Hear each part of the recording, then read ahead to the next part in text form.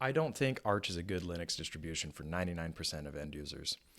Um, and the reason for that is I don't think most users who use Arch actually know what Arch is. Yeah, sure, they understand that it's a rolling release. They understand that they get the latest and greatest packages.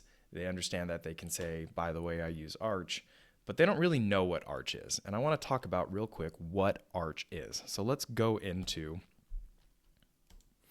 the Arch website. The way they describe themselves, light and flexible Linux distribution that tries to keep it simple. Cool. This here, the wiki, this isn't just documentation. This is what Arch is. The whole point of Arch's existence is to allow the user to select all the packages, all the configurations, everything that they want on their system and nothing that they don't. It is something that you build yourself for your system and your use case. The reason why I say it's not a good distribution for 99% of users is that most users will completely skip this. And it really only takes a cursory glance at the Arch Linux Reddit page to come to that conclusion.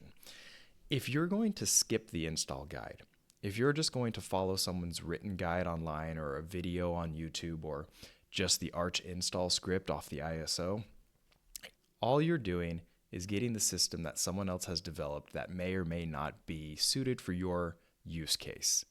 And at that point, what you're doing fundamentally is installing a distribution, someone else's distribution, because you're not the one in the driver's seat. You're not the one taking control of the system. You're just, again, relying on someone else's, expertise on it that may or may not align with your hardware or your desires or your use case. So if you're going to skip the actual heart and soul, which is this beautiful installation in Wiki, then don't install Arch. There's no point. I mean, that's really all there is to say. Stop using it. Install it from scratch yourself if you want it. Arch is really 100% a tinkerer's distro, and if you're going to skip the tinkering part, there's no real reason to be running Arch. That's all I really wanted to say today.